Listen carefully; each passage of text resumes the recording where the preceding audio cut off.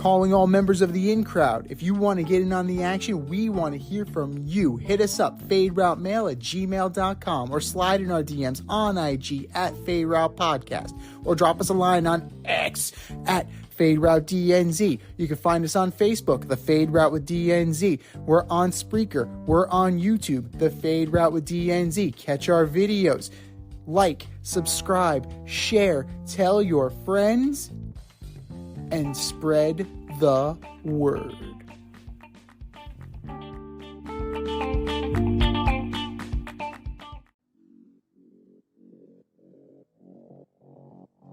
Coming at you from the Hey Yo Studios, it's the Fade Route with D and Z. Here are your hosts, D and Z.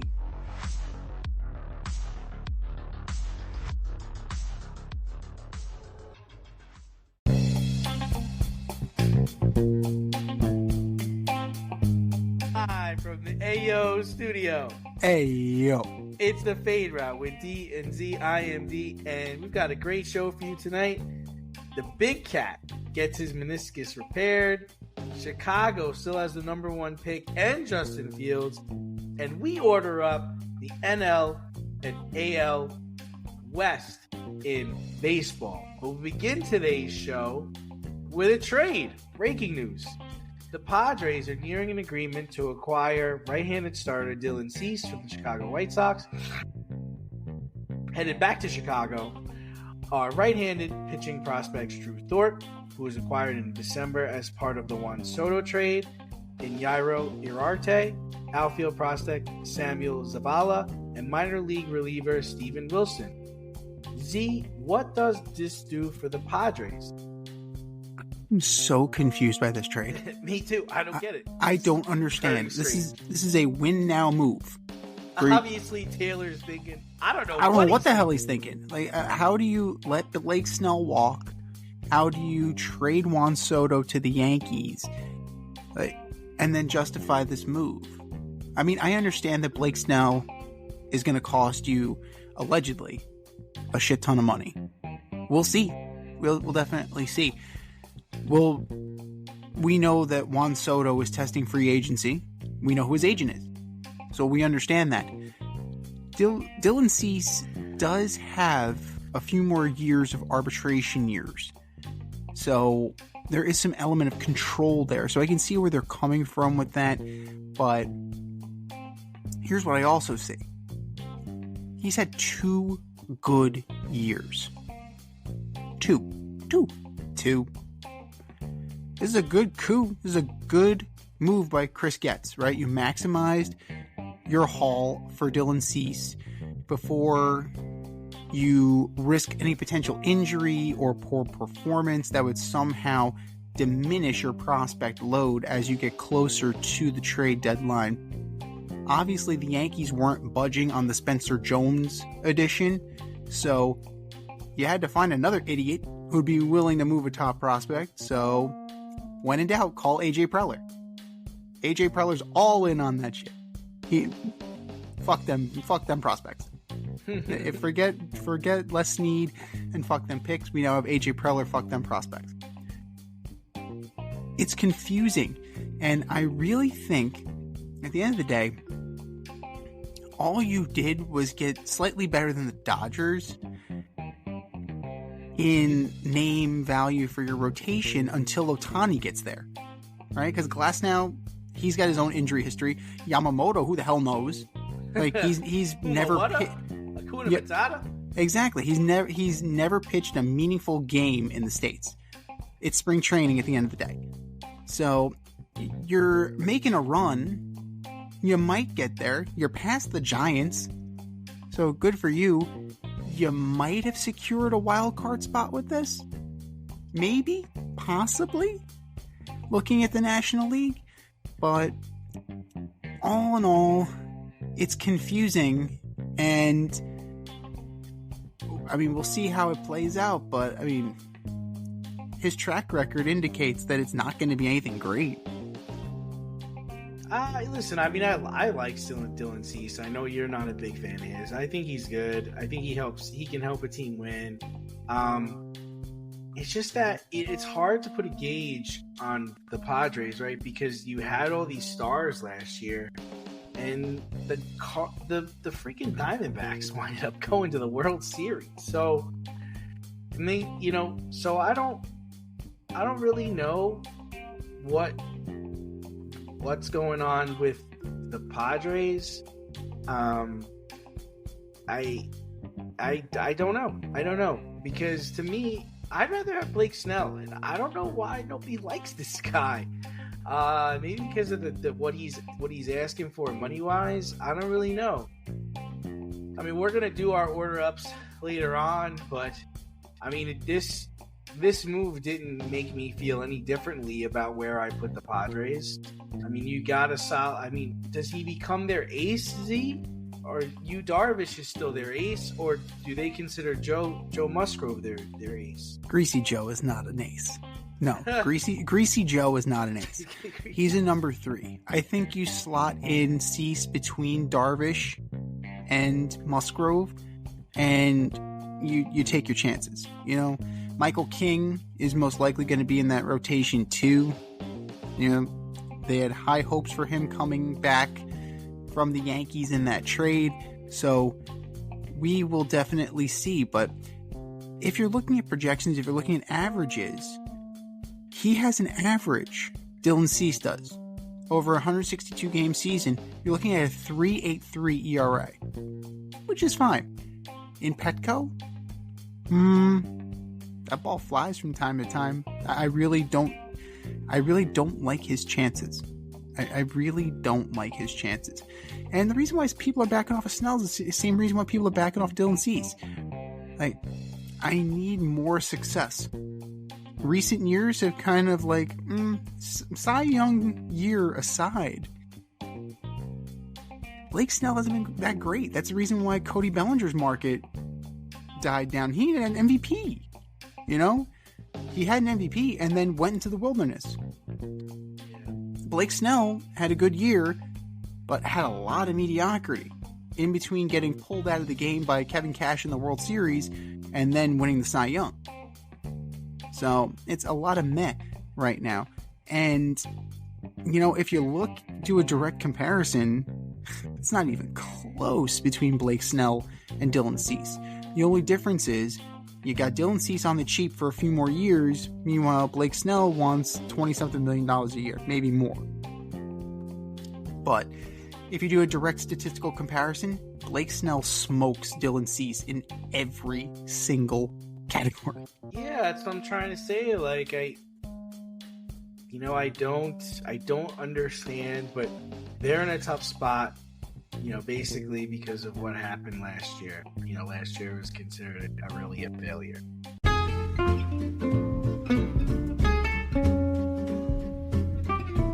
Need a little inspiration in the kitchen? Want to try something new?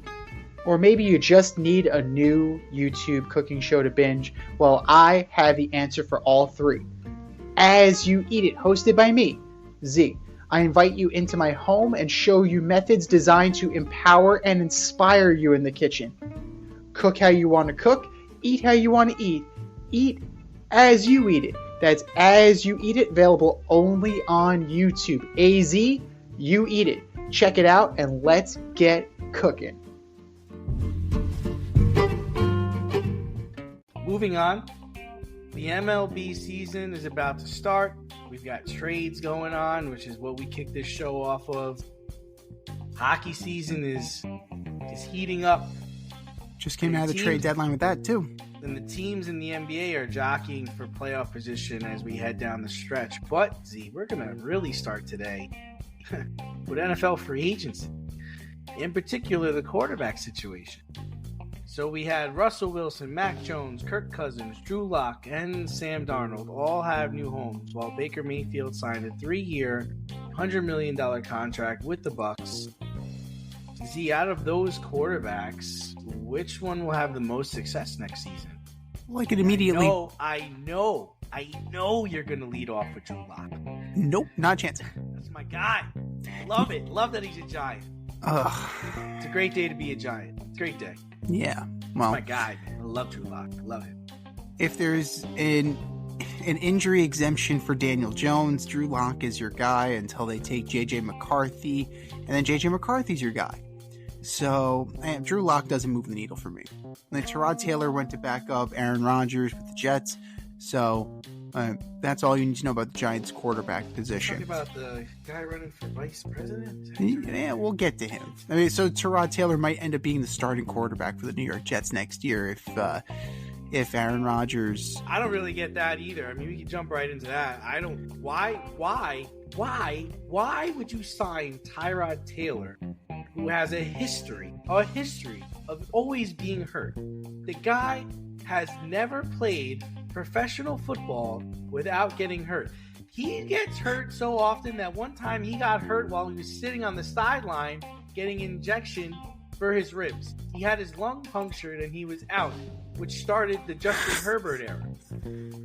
Tyrod Taylor has Tony Romo level bad luck. How is it possible that the Giants, your crosstown rival, is able to get a much more competent backup quarterback in Drew Lock, who had a good season, who's been a starter in this league, who has a better arm, taller, everything better? How does this happen? How about Gardner Minshew? Why wouldn't you make a phone call and try to get Gardner Minshew as a backup?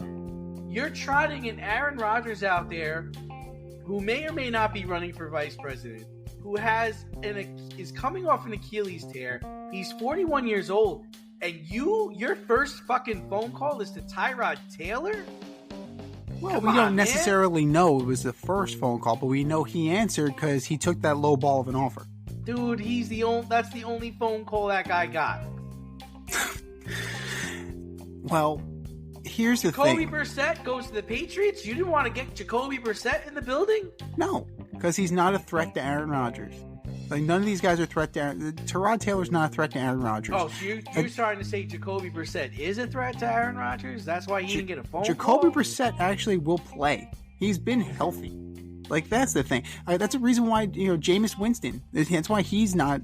Jameis Winston, another guy. Yeah, thank you for saying that name. Backing up Deshaun Watson. You want to talk about... Here's the thing. Jimmy G just got fucking cut. Jimmy G just got cut. Yeah, Jimmy G just got cut. 100%. Let him be the backup. 100%. I take Jimmy G over Tyrod Taylor. Yeah. Both get hurt. Tyrod Taylor is good in bursts. He is mobile. He'll slide the pocket. He's a better version of Zach Wilson. He's a more polished passer. That is such a slap in the face to Tyrod Taylor. Well, I apologize, but you know what? What did he do to you? Well, you know what? I mean, you know what? When he was in, he moved the offense. He absolutely moved the offense. And I'm not saying the guy's a bad player. I'm not saying that he's a bad player. I'm just saying in a system and in a situation where you have a guy who's coming off an Achilles tear that got hurt last year. Why would you go get another guy that's always hurt? That's all I'm saying. And if you're gonna get a guy that's always hurt, why this guy? That's all. That's my question. I don't really understand. Do you want to win? Sometimes I just don't think they want to win. They don't really want to win. That's not something a winning team does. The New York Jets have become a cult of personality. It's not a football team. It's a cult of personality. And what did they all sit in a room and they say, we're going to call Tyrod Taylor. We need a back. Is this how the conversation went? Listen, guys, we don't want to get stuck in the situation we got in last year. We didn't really have a competent backup last year. Who we got on the board? Oh, okay. Well, those guys are going to be free agents. All right, let's call Tyrod Taylor. Let's give him a shout. Is that really how it went down? God, I hope he was the last phone call you made. I hope to God. But then again, I can't believe that, Z, because if you called Jameis Winston, he doesn't want to play with Aaron Rodgers. Like, you're telling me these younger Gardner Minshew doesn't want to play with Aaron Rodgers? He doesn't like the idea of the possibility of getting in a game, backing up the schmuck? I don't. Apparently not. And you know what? You also had the comeback player of the year, Joe Flacco. A reunion with Joe Flacco's not on the table, huh? Like, he's an Indy now. He's an Indy.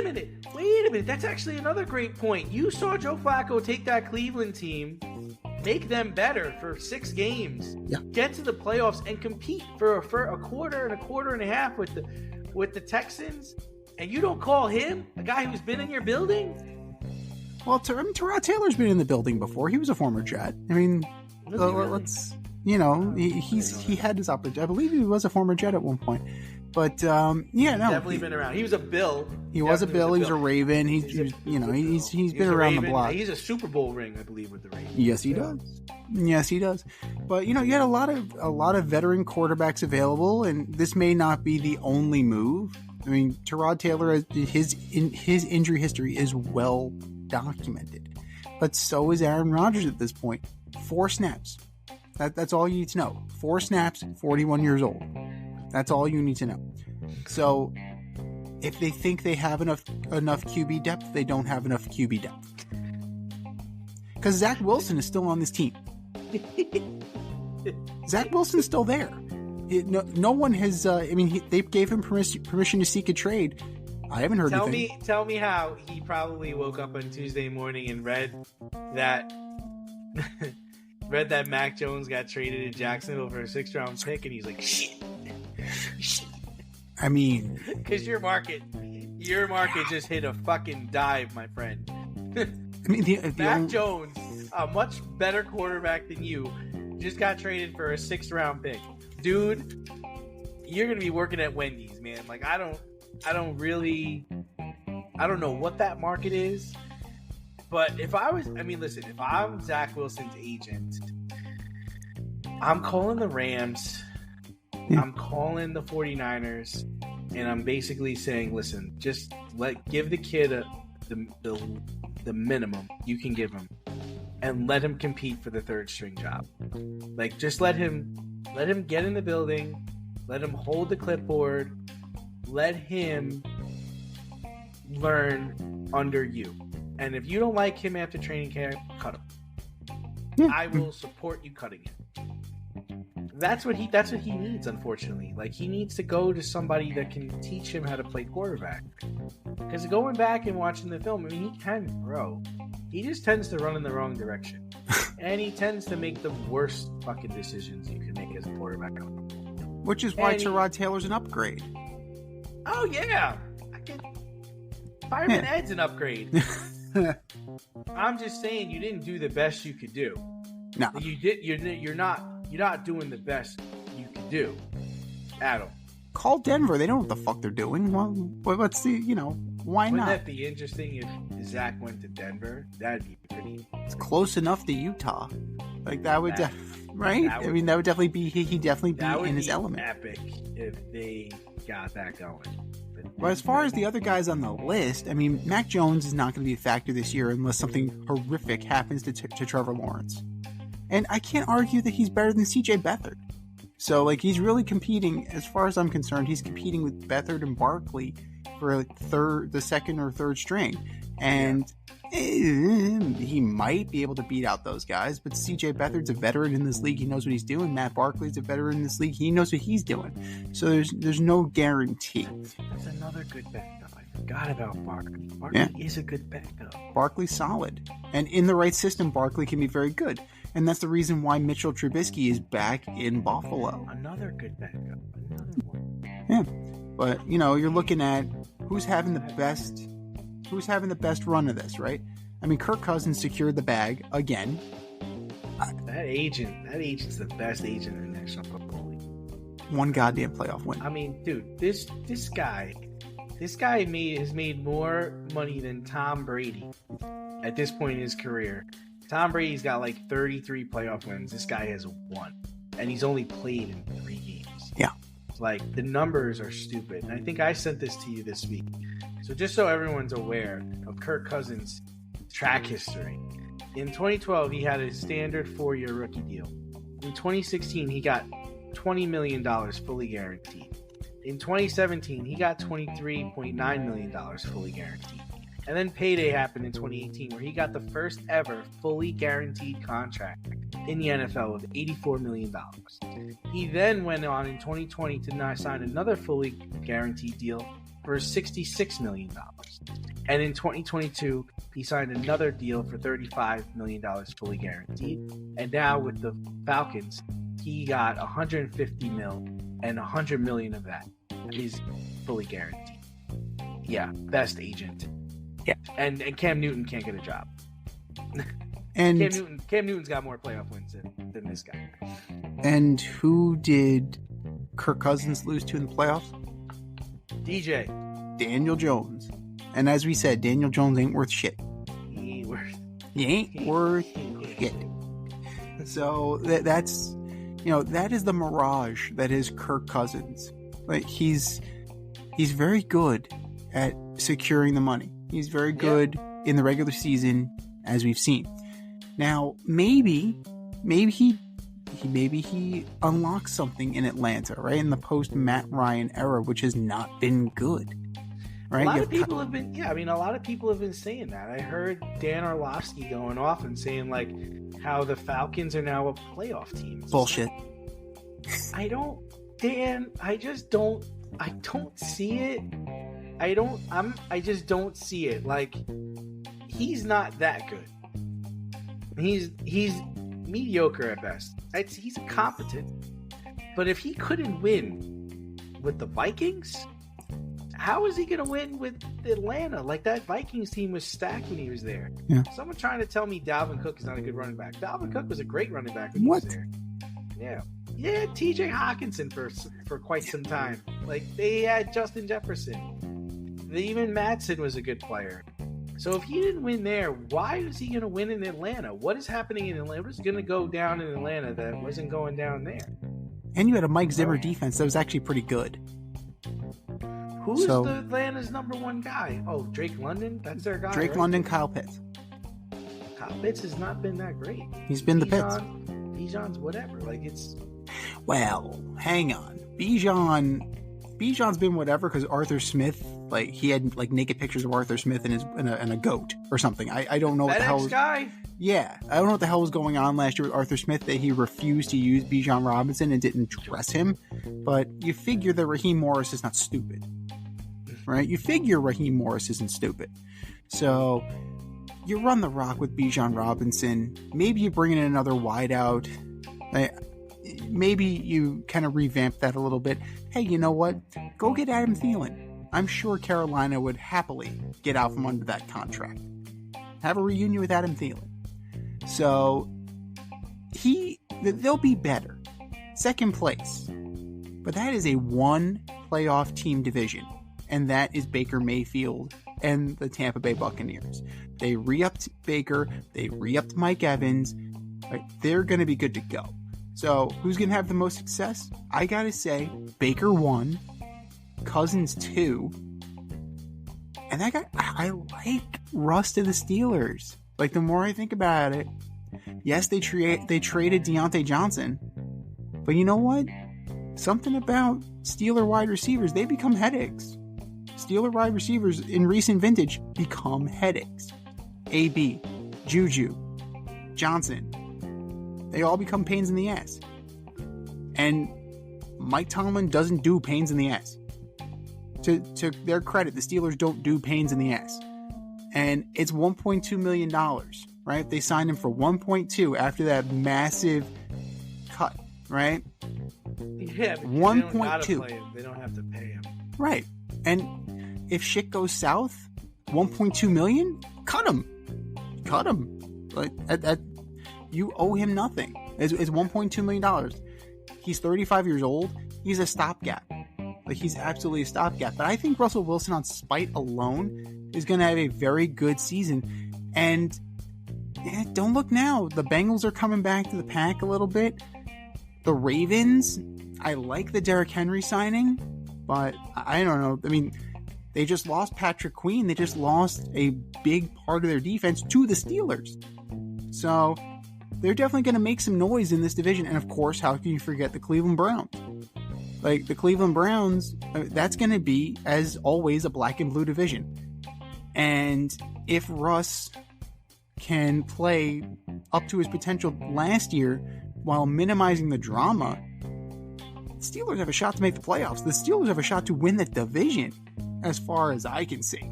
But I mean, what do you think? You have a wide variety. And we didn't even touch on your boy Sam Darnold going to Minnesota yet. I know you love him, so, the floor is yours on that one.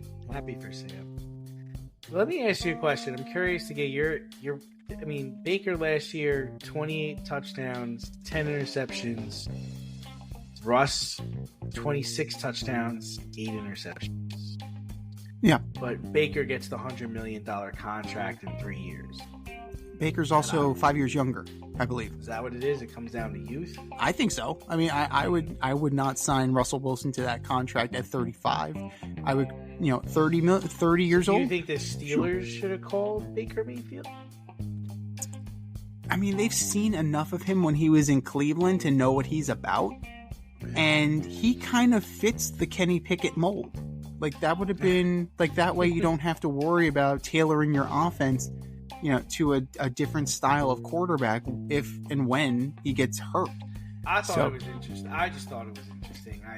I would have loved Baker on the Giants. I think Baker Mayfield had rehabilitated his image and rehabilitated his stock in this league last year. And Tampa Bay knew they were onto something, and they knew they could not let him leave the room because, what's left on that roster? Kyle Trask? They see enough of Kyle Trask to know that he's nothing special. You're pretty much saying that you think the Bucks and the Steelers will make the playoffs. That's a one team division, as far as I'm concerned. The NFC South, they're only getting one team in the playoffs. It's pretty safe to say that it's going to end up being the Tampa Bay Buccaneers. The Steelers are in for a fight. The Steelers are in for a major fight. They barely squeaked in last year. So Baker's the best quarterback in the NFC South. Well, I say he is the best fit. If you're going to look at it, you would argue Kirk Cousins has more talent than Baker Mayfield. You could make that argument. But when you look at the players around Baker Mayfield and you look at the players around Kirk Cousins, I still don't know what Drake London is. I still don't know what Kyle Pitts is. I still don't know what Bijan Robinson is. And I am not sure that Kirk Cousins makes them better. I really don't know, because we've seen how many different quarterbacks with these guys, and none of them have made them better. So maybe he will. But I just don't think Cousins moves the needle the way Baker moves the needle with the Tampa Bay Buccaneers. Yeah, out of those guys, I'm going Drew Lock, because Drew Lock's my guy. I'm looking forward to him eventually becoming the starter for the New York Giants and competing at a high enough level where they're competing for a wild card. He's played for Denver, he's played for Seattle, he's had good players around him, he's had shitty players around him, he knows how to throw. I'm looking forward to the Drew Lock era in the Giant blue. Might even buy a Drew Lock jersey. I'm all in on Drew Lock. From your lips to God's ears. Along with quarterback, a few running backs changed teams. One in particular caught New York headlines when Saquon Barkley decided to sign a $33 million deal in division with the Philadelphia Eagles. Former running back Tiki Barber took this personal and said, "You are dead to me," to Saquon Barkley, which prompted jokes throughout the whole league of everybody pretty much saying "you're dead to me" to all the players that were leaving teams and going to other teams. Is the hostility warranted when a player of Barkley's stature decides to play for a team in division, or is that just part of business? The Philadelphia Eagles aren't paying him, so I don't know what the gripe is here.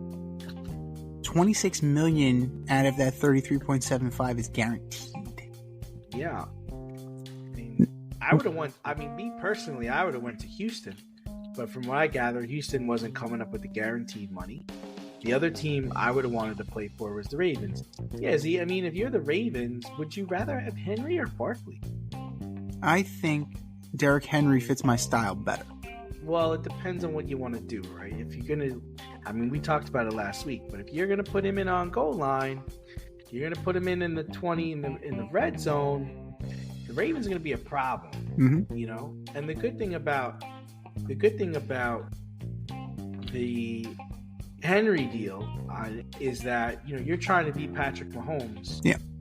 You want to be able to go to Kansas City in 20 degree weather and run the football. Derrick Henry could do that. Well, that's the thing. Like, he definitely can. You pair him with a speedster and Justice Hill, I think you're onto something. I mean, Gus Edwards, he ended up with the Chargers. Dobbins, Eckler went to Washington. Eckler's with the Commanders. Josh Jacobs went to the Packers, and the Packers subsequently cut Aaron Jones, and he subsequently goes to the Vikings. Tony Pollard ends up with the Titans. Mixon goes to Houston. Right. It goes from Joe Mixon's getting cut to, oh shit, Joe Mixon got traded to the Texans. So a lot of running back movement for a position that we thought was being devalued around the league. It sounds like it's valued just fine. None of those guys really got paid. Barkley got a decent deal, but he's also pretty young. I mean, I didn't have a problem with him going to the Eagles. I think the only thing about it is if you're the Giants, you pretty much decided to sign Daniel Jones. You decided to keep Jones over Barkley. That's what it looks like. That's exactly what it was. And that kind of looks bad at this point. That's the only thing. But, you know, I think the part people miss is part of playing in the NFL is let your enemies make mistakes. Let your enemies overpay for your talent that you are moving on from. And I don't think there should be any heat there. It's not like the Yankees or the Red Sox. It's not like it's the Bears and the Vikings. It's the Eagles and the Giants. And the other thing is he's a fucking PA guy. Like he lived in Pennsylvania. Like he went to school in Penn State. Like he's not home in Philadelphia, but he's from there. Like, and they're paying him. It's not like he had two offers and he's taking an offer with the rival. The Giants didn't want him anymore, and they shouldn't want him. They're not ready for him. They don't need him. No, you can get that kind of production from any guy. When you're shit, you're shit. The Giants brought in Devin Singletary. Like Devin Singletary. I don't get that. But so Singletary and AJ Dillon's still on the market. Matt Breida's still in that building. But like the other part of the Giant piece, though, is they went and made some big defensive moves, right? Yes, they locked Brian up Dexter. Burns. They got Brian Burns. They locked up Dexter Lawrence. Like, their defensive line is pretty fortified now. So it's like, whatever, man. Like, whatever. This is part. They lost Xavier McKinney. They brought in Jalen Mills to fill that role. They revamped the offensive line with John Runyon and the tackle from the Raiders. Like, they brought in Isaiah McKenzie. The Giants. They're going to be better than they were last year. You can't be worse. You can't be worse than you were last year. Now, the question is quarterback. You brought in Drew Lock, right? You have the injury exemption with Daniel Jones. If he can play, great. If he can't, you brought in Drew Lock. Right? That's kind of what the situation is. More than likely, they're going to draft a quarterback. Maybe not at 6. I think that would be a mistake to draft a quarterback at 6. Right? You have so many other needs on this roster. Maybe you go for a reclamation project like a Spencer Rattler. Or you go for a guy like J.J. McCarthy, who might be a project. Go for a guy like Penix, who has a little bit of a ding with his knee injury. Right? That might slide him down the board. You put a decent offensive line around him, maybe you got something. But with Saquon, I am of the mind that I've seen what Saquon Barkley is. He's certainly not touched by the hand of God. No. He's a good running back. Yes. He's nothing special. Right. He's absolutely nothing special. And you do a direct comparison to Josh Jacobs. Do you know how many more touchdowns Saquon Barkley has than Josh Jacobs? No. 1. Really? 1. And it's 12 receiving touchdowns. Like, that is what is putting Saquon Barkley in that conversation. Josh Jacobs. I would take Josh Jacobs over Saquon totally. every day. And Josh Jacobs has a thing we like to call the rushing title. So that's a good move by the Packers. I think that's a fantastic move. And the Eagles, it looks very dysfunctional. We still don't know. There's a very sour taste left in your mouth if you are a Philadelphia Eagle fan. Like, what is this offense? Is this Jalen Hurts? Is it the tush push again? Does Kelsey come back now? No. I mean, you need to replace him. You need a new center. But he announced his retirement. Now, maybe they lure him out of retirement in the middle of the season when they're not doing jack. Well, no, he was actually saying that he's kind of upset that he's going to miss out on this, and he likes all the moves. He's pulling a Brady? I don't know. But, I mean, he comes back. I mean, that's different. But, surprisingly, Chicago has not dealt Justin Fields or the number one overall pick. Now, we expect New England and the Commanders and even the Giants, right, to select a quarterback in the first round. But they are unlikely to trade up for the number one pick. Is the market softening for the number one pick in the 2024 draft? Well, the market is certainly softening on Justin Fields, right? If you go through the league, multiple sources indicate that they would not consider him anything more than a backup. Wow. So that's pretty damning. It's a pretty damning statement of a guy that was once considered a franchise quarterback. So, given the choice between Kyler Murray and Justin Fields, I'd take Justin Fields without blinking. Given the choice between Justin Fields and Geno Smith, I think I'm going to take Justin Fields. I would take Justin Fields because he's younger. Yes, absolutely. For sure.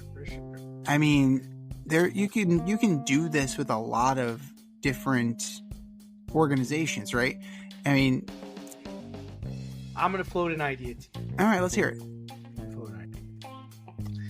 You're the Philadelphia Eagles. Draft day. Call the Bears.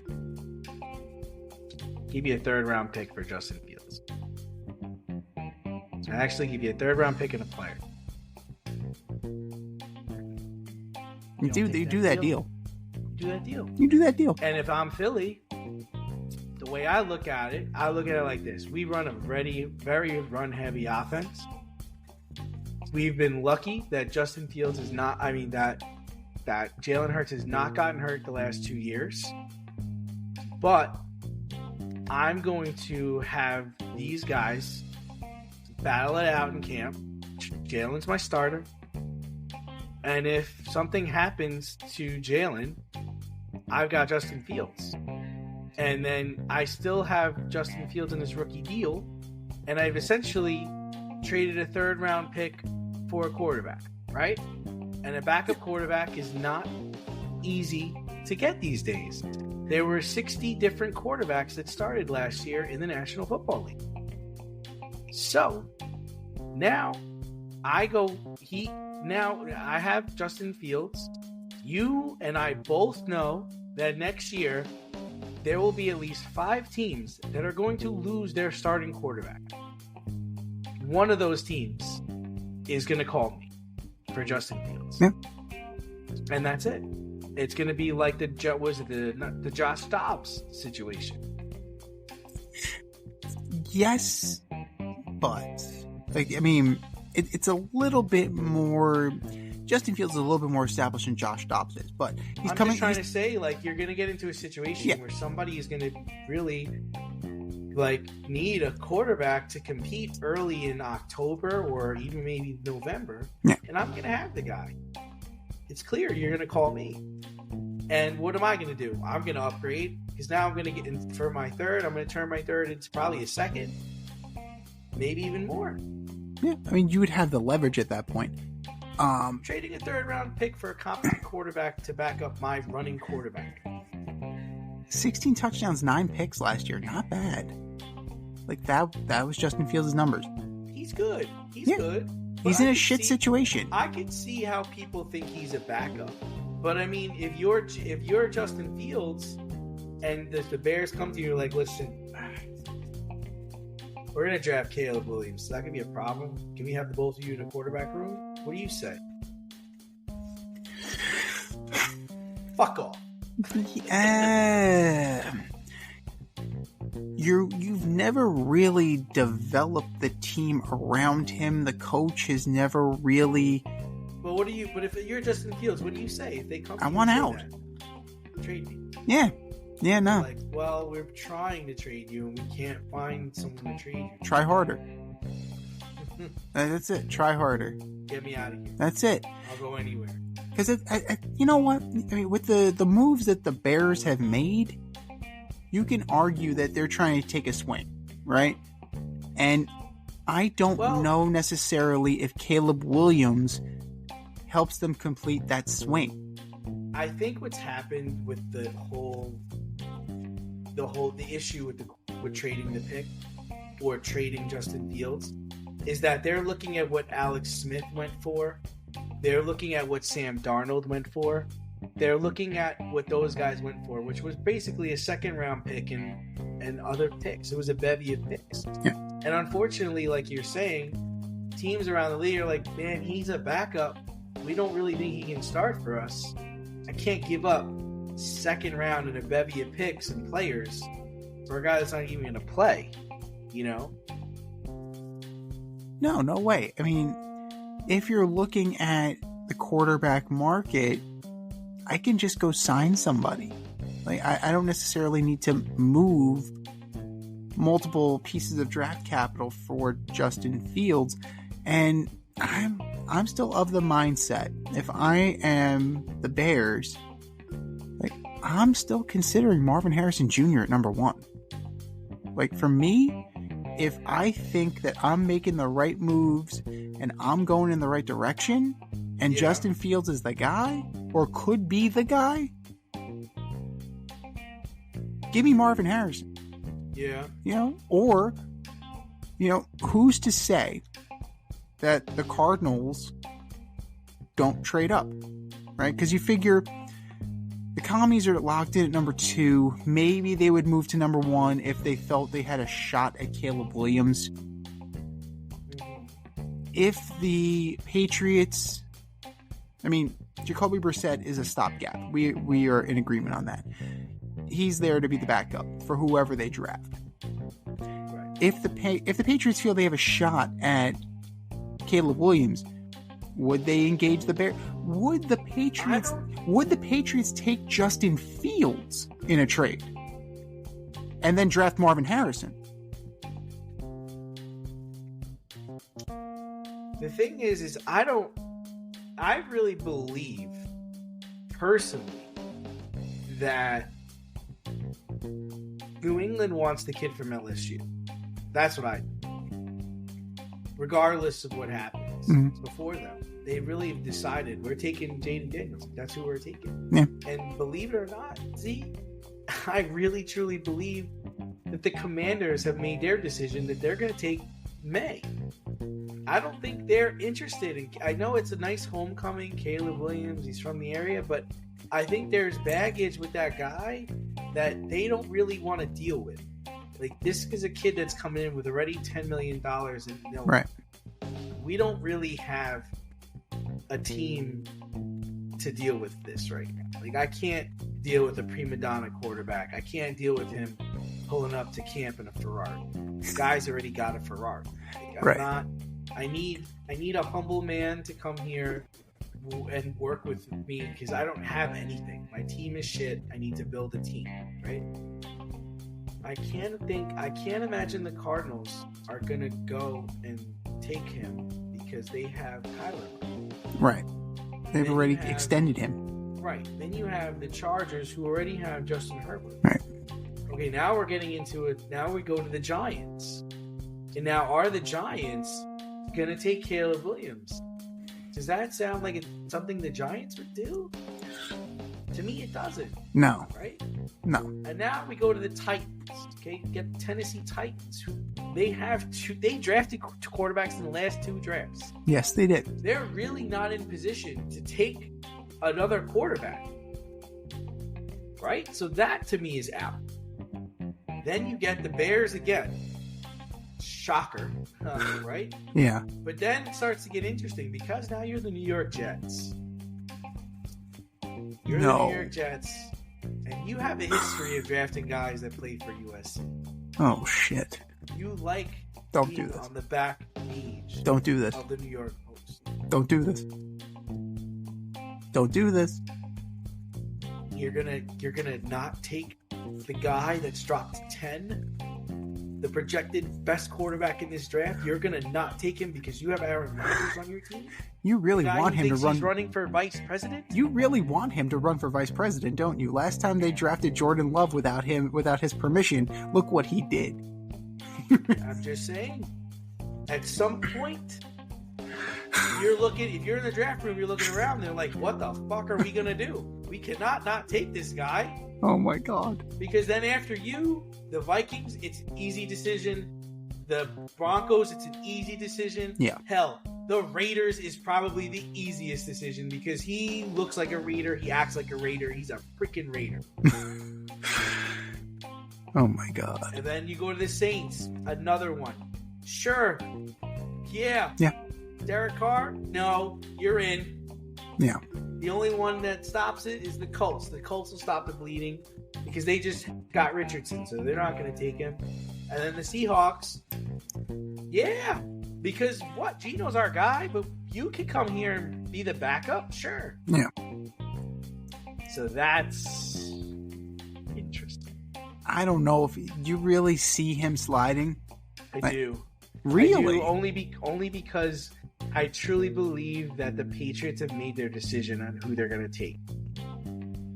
That's the only reason why. And the Commanders, it's a slam dunk for them to take Caleb Williams, which makes it like almost like they won't.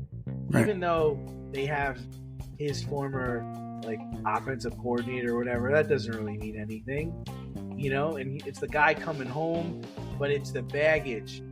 It's like you're the Commanders, you're trying to start fresh, you're trying to start new.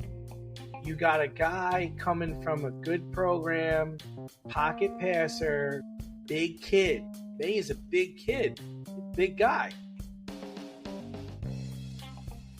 It's not so. I don't think it's so clear cut, man. I don't think it's so clear cut. Avoid messy accidents. Get better stopping power with your brake pads. Callahan brake pads. You never know when you'll be driving in the road and there will be a truck tire that you need to avoid and save your family. Callahan Auto. We really care about what's under your hood. Moving over to baseball, where the Yankees are concerned with their ace, Gerrit Cole. Number 45 has had a tough time recovering from starts this spring, and he's experiencing discomfort in his pitching elbow. He had an MRI, he got some further testing, and the decision has been made to shelve him until June. Now, a start on opening day is not happening. So how far can the Yankees go without old number 45 running out there for them every fifth day? Oh, dear God. Well, who starts opening day is the question. Rodon, baby. Let's go. He finally hit 97. Woo! He finally hit 97 on his fastball. Let's go, Carlos. He's been riding at 91, 93 all spring. So, you know, of course. You could go with the Stroman. Oh, God. Marcus Stroman, Nestor Cortez. He had a good year last year, the Stroman. He had a really good year. Nice. And I'm pretty sure he's a Connecticut guy. New York guy. Long Island. Long Island. New York guy. Cool. So, this gives me a lot of pause, right? Because everybody slotted down a spot. So, Rodon 2, Stroman 3, Cortez 4, Take your pick at 5. Take your pick. Take your pick. Bullpen day, whatever the fuck. Cole being out moves everybody up a slot, and it increases the pressure to perform. And Carlos Rodon, the last thing he needs is more pressure to perform after last season. Marcus Stroman, the last thing he needs is pressure to perform. The only guy who I think is going to rise to the occasion is Nestor Cortez. Just because we've seen it. Right? Marcus Stroman at one point was ace material with the Blue Jays. But that's... all 5'7" of him. Right. But that's Toronto. Back when they weren't any good. Or back when they were still finding themselves. They couldn't wait to get his ass out of town. They couldn't wait to get rid of him, and they got nothing back from him for the Mets. They got nothing back. They got Anthony Kay, who ended up back with the Mets. They got Simeon Woods Richardson. They traded Simeon Woods Richardson. Why does that name sound familiar? Oh my god! Yeah. Wait, who is? We had him already. Oh, all right. No, that's Marcus Simeon. He played second base.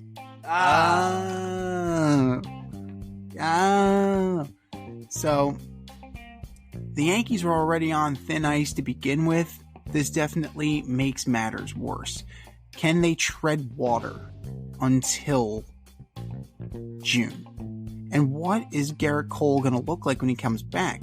Because he's having trouble recovering. That's a problem. Yeah. That's a major problem.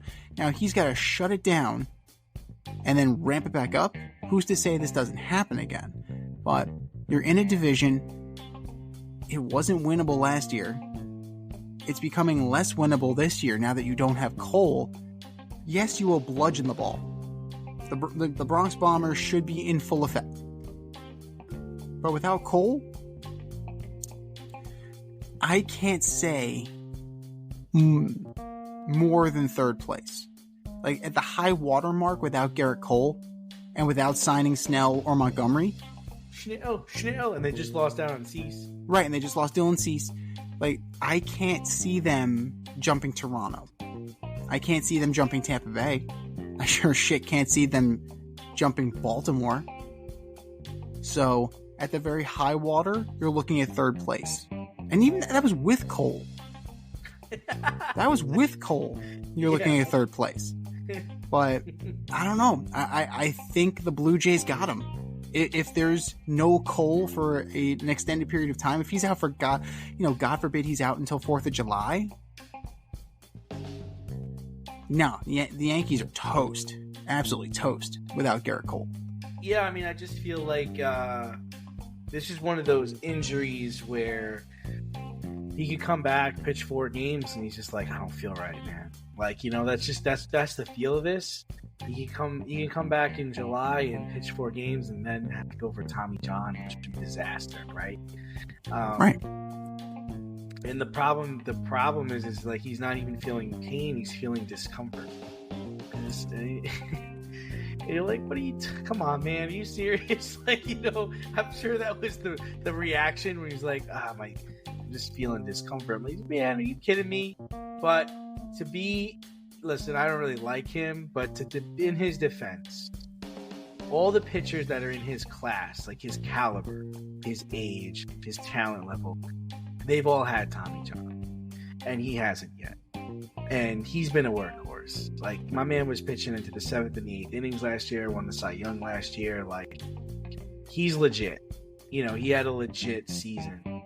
So that's the only thing I'm gonna say is, like, dude, it's like you went out there and balled out, and unfortunately, this is just what happens to everybody, man. What John Smoltz had it twice, like it happens, and unfortunately, it's happening to you right now. And as far as what does this mean for the Yankees? Yeah, I mean, I think they're cooked because they're an older team, and a lot of their guys are hurt. Like, Stanton's always hurt. Yeah. Judge is dealing with an abdominal issue.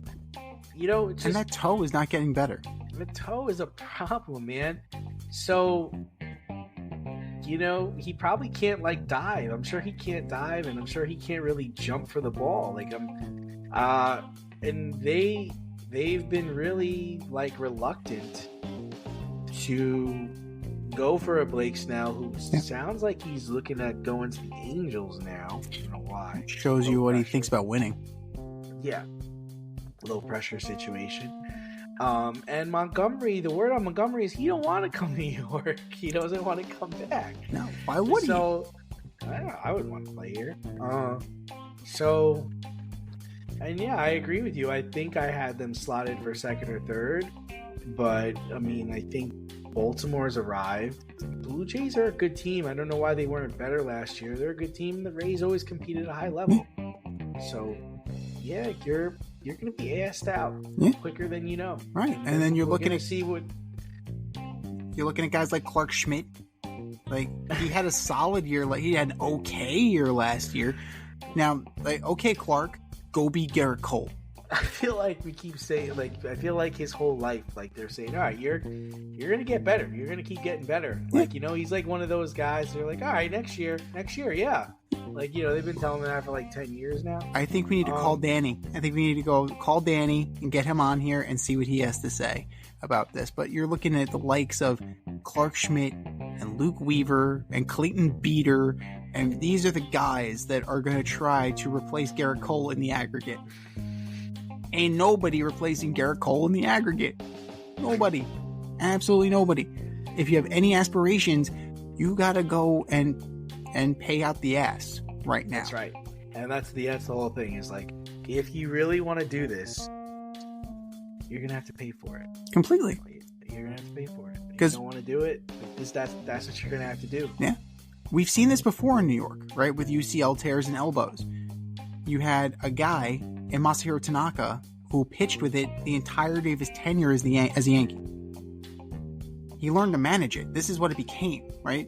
He was such a strange fella, that guy. He would only play for the Yankees, right? He only played for the Yankees, then he went back to Japan and pitched for the Swallows. Right. He did the Cold Swallows. Right. Or is it the Rakuten Golden Eagles, I think? One of the two. But I remember it was so odd. He refused to play for any major league team. He came, played for the Yankees, then he left. Yeah. He didn't do shit when he was here. He was, in 2016, he got some Cy Young votes. He was a solid pitcher. He was better before the injury occurred. Now, you're also looking at... I'd rather have Chien-Ming Wang. Oh, yeah. Chien-Ming Wang was a meteor, man. He was a shooting star. And he fell on home plate in Houston, and he was never the same. The first time Houston fucked over the Yankees. The first time they did. He was never the same after that. Nope, never.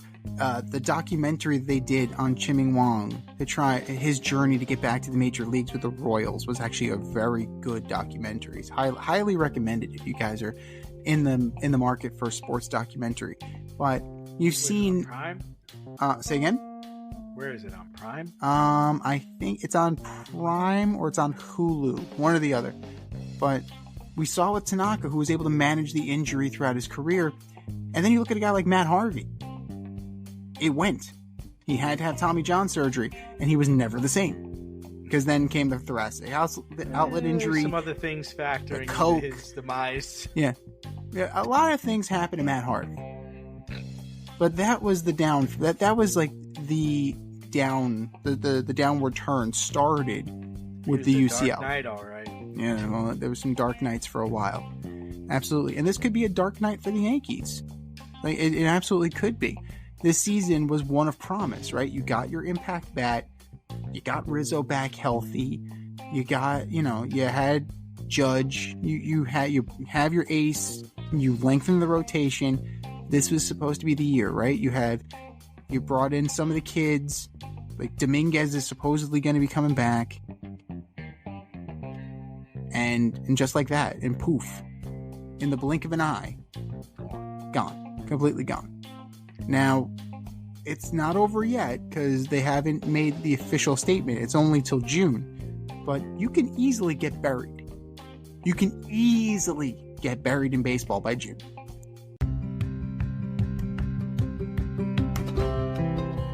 Do you love brownies? Of course you love brownies. But you know what's better than a brownie? a delicious, handcrafted, gourmet brownie delivered right to your doorstep. That's what our guys at Sweet Life Brownie Co. offer. Chef Tommy D and the crew offer a dozen delicious delights that you will crave, from the classic OB to Dutch apple to campfire s'mores and many more. Check out their website, sweetlifebrownieco.com, for their Friday brownie drops. At noon, their site goes live and you see what they're making. Since you're there, become a site member and earn points. You earn 50 points just by signing up. Make sure you follow them on Instagram and Facebook too, at sweetlifebrownie_co, for the latest updates and their latest releases and creations. That's sweetlifebrownieco.com. Give them a call, 845-641-3043, and tell them D&Z sent you. That's sweetlifebrownieco.com, 845-641-3043. Sweet Life Brownie Co., because there's always room for a brownie.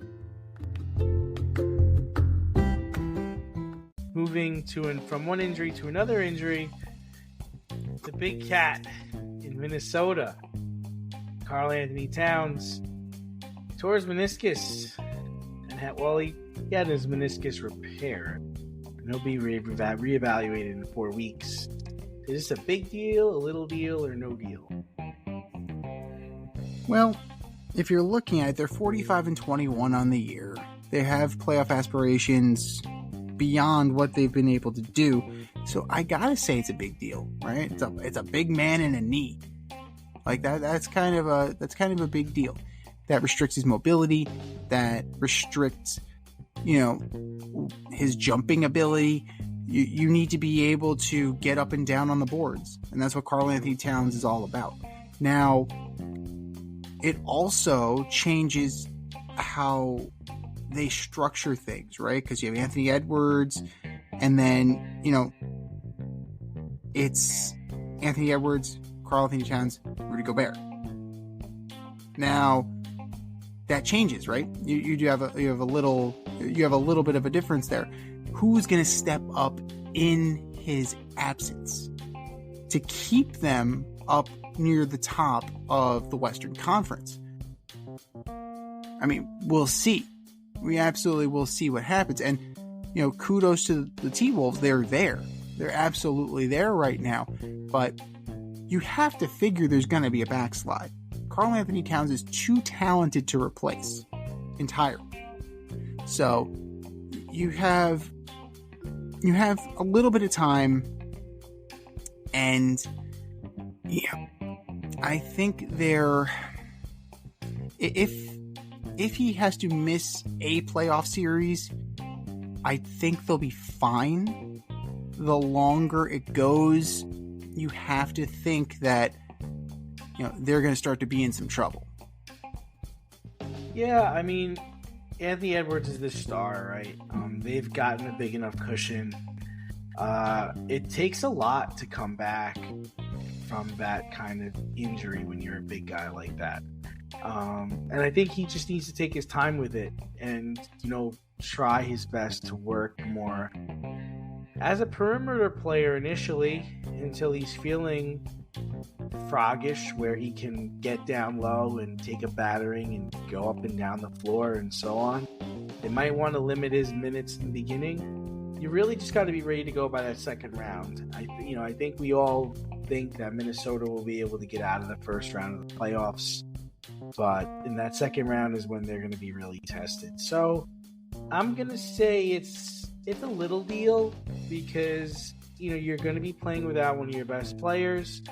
But you got Rudy Gobert, you've got other talent, and they've been really just pushing all the right buttons this year. So if the season ended today, they would draw the Suns in the first round. Could they hold off the Suns without Karl Anthony Towns? No, they can't do it without him, but they can definitely do it with him at like 80%. And that's essentially what you're going to be, right? Because he's being reevaluated in a month. He's being reevaluated in April. We got time, man. But, the playoffs, I think, don't start until like May or something like that. That's about right. At the same time, you're looking at the teams in the play-in tournament, and if the T-Wolves are able to stay afloat, and if the Nuggets or the Thunder falter a little bit, you're going to be drawing teams, potentially either the Lakers, the Mavericks, the Warriors. Like, you're going to have some playoff tested teams there to give you a run if you move up in the seeding. So it's going to be very interesting to see how we go down the stretch here, who steps up in the place, and how Chris Finch alters the way the team plays to make up for the fact that Karl Anthony Towns isn't there. So ultimately, I mean, I would have to say, little deal is probably the best way to go, because most likely he's just going to miss one series. I think little deal is fair, but if they go out again, right? They went out last year because of youthful, immaturity. This year they'll go out because they're probably not talented enough beyond those guys. Like, they have some players, but nobody to fill in that void. Like, where do the T-Wolves go from here? Like, what does that become? Do you start to question whether or not you have the right mix? Do you start to question whether or not you made the right moves? Yeah, I do. I do think you do, but you're kind of pigeonholed into this thing. There's nothing you can do about it. When injuries happen, you got to roll with who's available, active and attractive, and you make the best of it. I don't think it's anybody's fault. Everybody's making fun of the Rudy Gobert deal, but it's worked out really well for them. And Anthony Edwards has arrived. Yeah. Right? He's a superstar, and you're gonna be all right. No, I think they'll be okay. I am very concerned actually about the Clippers losing Kawhi Leonard. Like, I think that's going, because they just lost him in a game against the T-Wolves. So losing Kawhi to injury, that might shift the middle of the pack in the Western Conference. And if they slide a little bit, do you end up with, like, do they end up in the 4-5, or do they drop all the way down to 6 to where, like, now I'm playing the T-Wolves in the first round? Do I lose out on home court? And do I end up on the road? I gotta say, that's an intriguing matchup, because the Clippers are loaded for bear as per usual. They have their guys. You got Harden, you got Paul George. If Kawhi Leonard is able to be healthy, if he's able to heal up, that's a hell of a series. It's absolutely a hell of a series. But the playoff picture in the Western Conference, it's loaded, it's exciting, and I think we are going to be in for quite the ride coming up until June.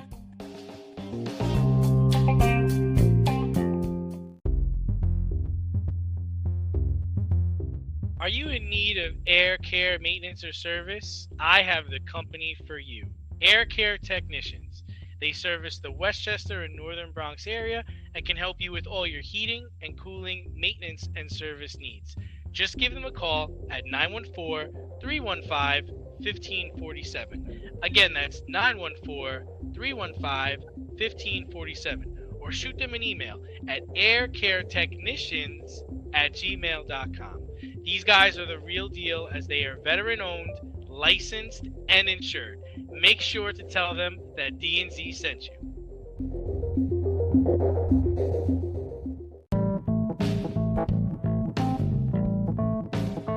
Fair or foul?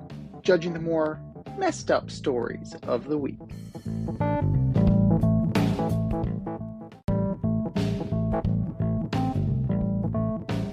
All right, boys and girls, we have a statement, and it's either fair or foul. Fair or foul. Number 1, Rangers Matt Rempe suspended for 4 games.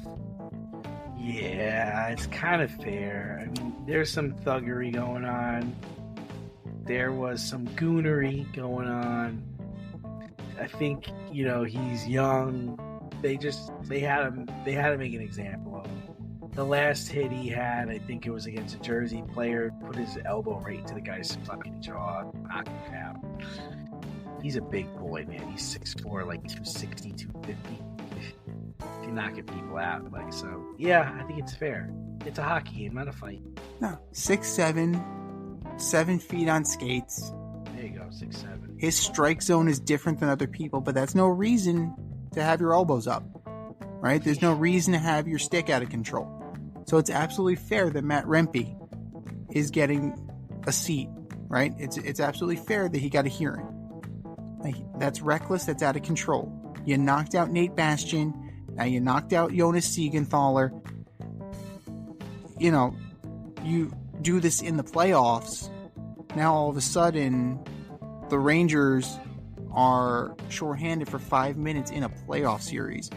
Like, that is something that can swing the momentum of a series and take this season that was so promising and flush it completely down the toilet, especially as you ramp up the competition. Yeah, as of right now, the Rangers draw the Red Wings in the first round.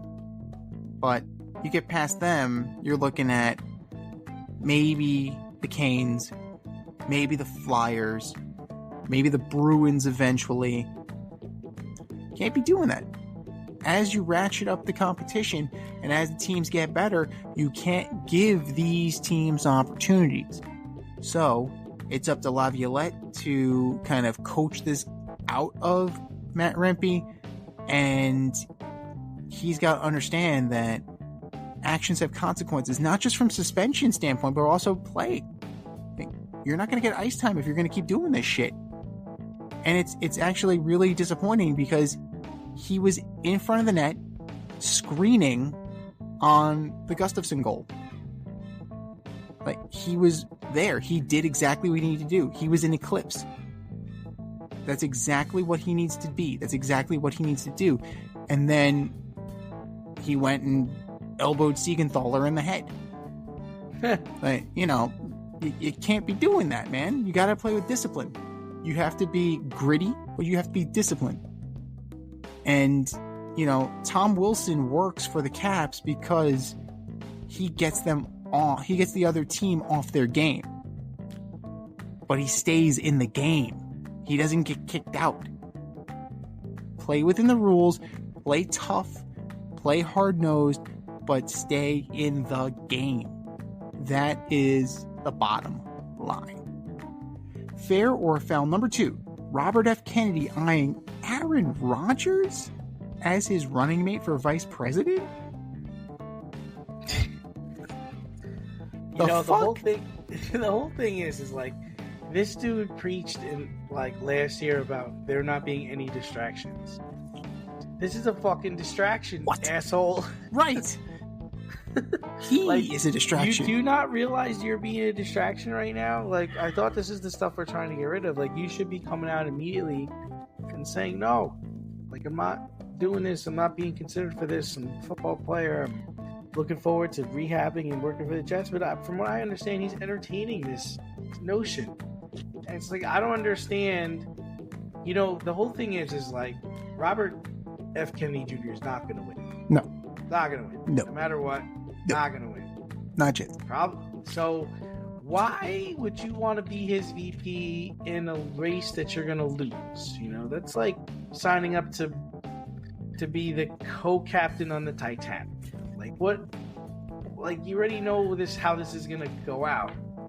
So I say it's foul. Like, what? Why?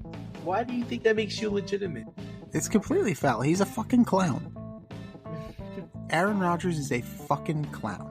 I'll say it. We're dancing around it. I'll say it. Fucking clown. You ran your mouth. You ran your way out of Green Bay. The team completely kowtowed to you. Brought in all your guys. You're probably going to get David Bakhtiari. You're probably going to get, you might get AJ Dillon. You know, you might get anybody who's ever worn a Green Bay Packer uniform. They may go friggin' get Antonio Freeman out of retirement. I don't know. But the New York Jets have bent over backwards to make you the center of the universe in Florham Park. And this is how you do them? Come on, man. We like to joke around about Aaron Rodgers and his press secretary, Pat McAfee, and, the tinfoil hat wearers that he speaks to. But to seriously entertain this is a slap in the face. It's a slap in the face to the fans. It's a slap in the face to the people who come to watch your fucking ass every week. Right? They come to watch this team. They live and die with this organization. And what are you doing? What are you doing? You're making this about you. It's about you. It's always about you. And you're just going to flush this season down the toilet. Now, rumor has it, the Jets are upset with Aaron. Oh, they're so upset. Because there's no way he can campaign and play at the same time. It's a third party. What campaign is he legitimately going to do? Right? And there's no guarantee that Robert Kennedy's even going to make it to election day. You can run out of money. You can run out of steam. But, how fucked is this concept? How fucked is this idea? It's pretty out there. And Aaron Rodgers, just do what you do best. Just do what you do best. And lay off the politics, please. Just come back, play football, and don't be a distraction. Fair or foul, number 3, Arch Manning opting out of NCAA College Football 25. Oh, jeez. It's foul. What's the problem, dude? What are you pulling, Michael Jordan? Michael Jordan was never in any of those NBA games. It stunk. He was like, everybody wanted to play Michael Jordan. Now you can't play it. Everybody's going to be in this game. Why wouldn't you want to be in this game? So silly. So I'm saying it's foul.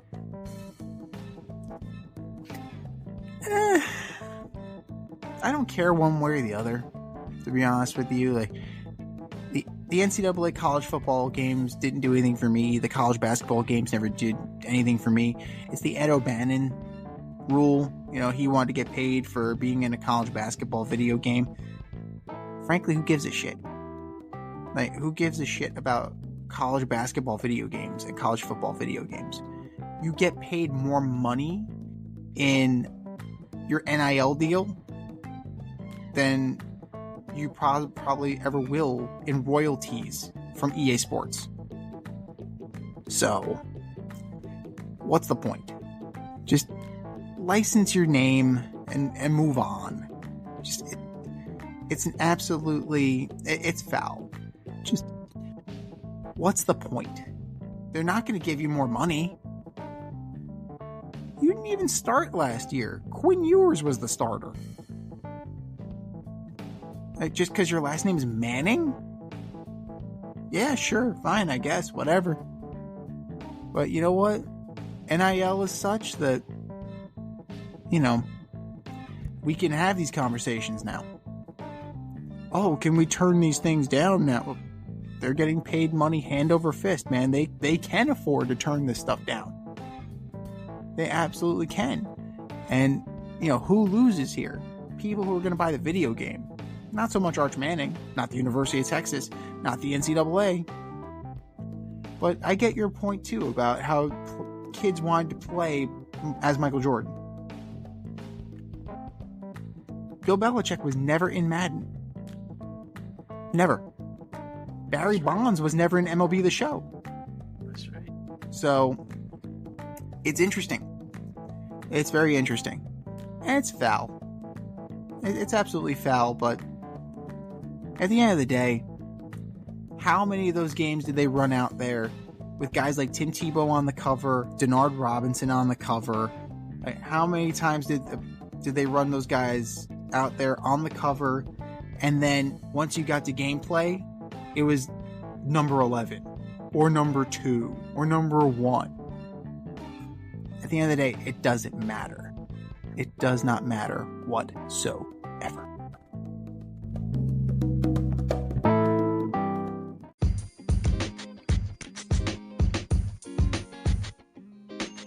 Your favorite podcast has its own merch line now. Go to the Fade Store with DNZ.com today for all your Fade Route merch needs. I'm talking tank tops, t-shirts, sweatshirts, like yoga pants, we got those too. Like some cool accessories, we got those too. And we're not done yet. We have so much more planned for you, but check out what we have today at the Fade Store with DNZ.com. That's the Fade Store with DNZ.com.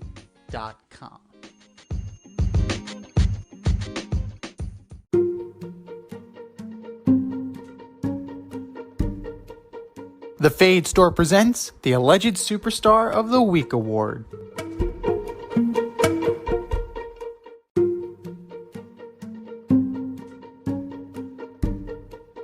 Alright, boys and girls, you know what time it is. It's time for the Alleged Superstar of the Week. You know how it goes. We put up a poll on our X account at FadeRouteDNZ, and you vote, and you vote, and you vote, and you vote. And the winner of said vote gets a shout out on this here show and takes home the coveted ass trophy. And do you know who took home the coveted ass trophy last week, D? I don't. The Denver Broncos. Denver Broncos. Tell me how my cap tastes. But that was last week. This is this week. Who are your nominees for Alleged Superstar of the Week, D? All right. So first up, I've got Gerrit Cole. Discomfort in your pitching elbow and issues rebounding after starts this spring will sideline you until June, possibly July. Gerrit Cole, you are my Alleged Superstar of the Week. Number 2, Z, I don't know if you know about this one. This is a local story. The refs in New Jersey in the Manasquan versus Camden basketball game. Manasquan appeared to score the winning bucket as time expired in high school basketball, but the refs came together without replay, decided to overturn the call and award the victory to Camden, causing much problems. I feel bad for all the players and the coaches involved. Should have just let the call on the court stand. The refs in the Manasquan versus Camden basketball game in high school basketball in New Jersey, you guys are my Alleged Superstars of the Week. And number 3, Zach Wilson. Zach Dub. Oh, jeez. Your trade value took a shot earlier in the week. Oh, God. When the Patriots traded Mac Jones to the Jags for a 6th round pick. Zach, if you're able to find a trade for yourself, you should become an agent. Zach, you are my Alleged Superstar of the Week. Z, what do you got? He'll be Ari Gold. He'll be absolutely Ari Gold if he's able to find a trade for himself. I gotta start with Aaron Rodgers. Floating out your name as vice presidential candidate for third-party candidate Robert F. Kennedy. Major league distraction to a team that, quite frankly, did not need any distractions. It's a distraction into and in and of itself. Right? There were so many stories. Like, how was your Achilles going to hold up? How were you going to attack rehab? So you can be there and play more than the 4 snaps you played last season. Off to a hell of a start there, Aaron. Off to a hell of a start. Hell of a start there. Aaron Rodgers, you are my Alleged Superstar of the Week. Number 2, Brian Cashman.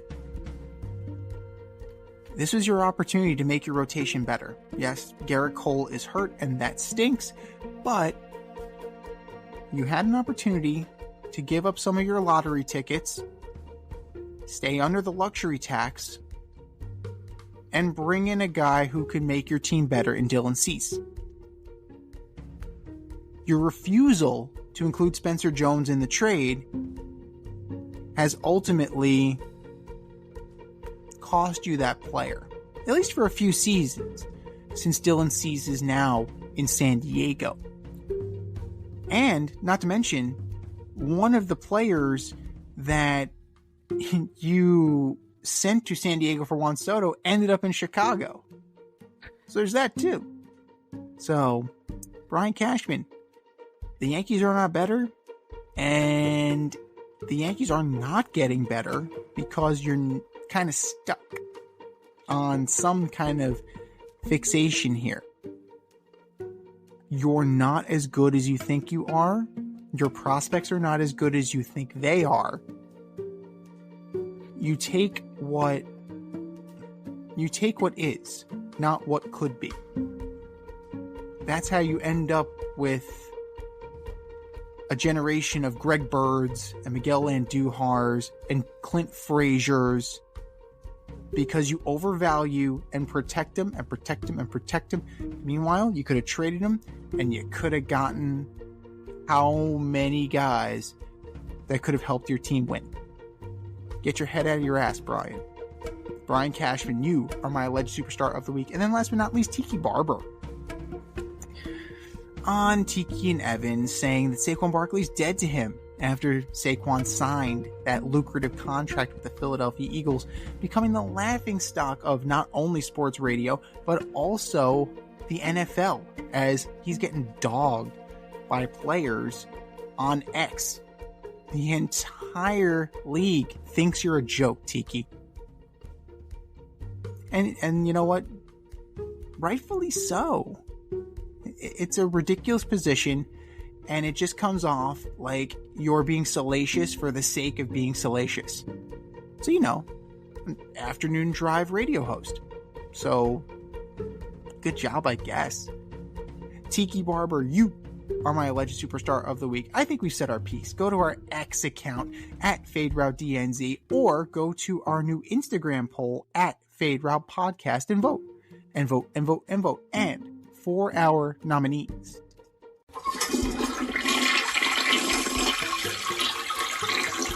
Just do better, boys. Just do better.